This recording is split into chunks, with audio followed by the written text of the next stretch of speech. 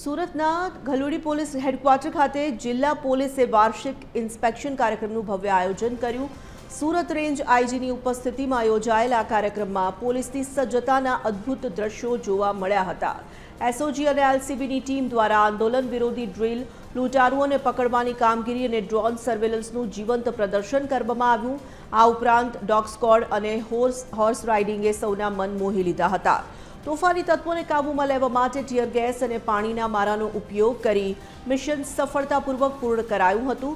અંતમાં શ્રેષ્ઠ કામગીરી કરનાર જવાનોને આઈજીના હસ્તે પુરસ્કાર આપી સન્માનિત કરવામાં આવ્યા હતા।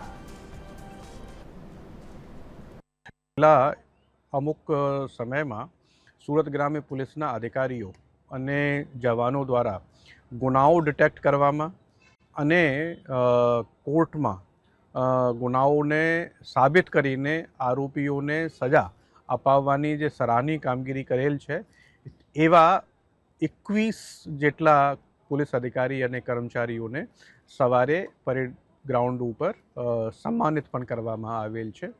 સુરત ગ્રામ્ય પોલીસ છેલ્લા અમુક સમયથી ખૂબ જ પ્રશંસનીય કામગીરી કરી રહેલ છે।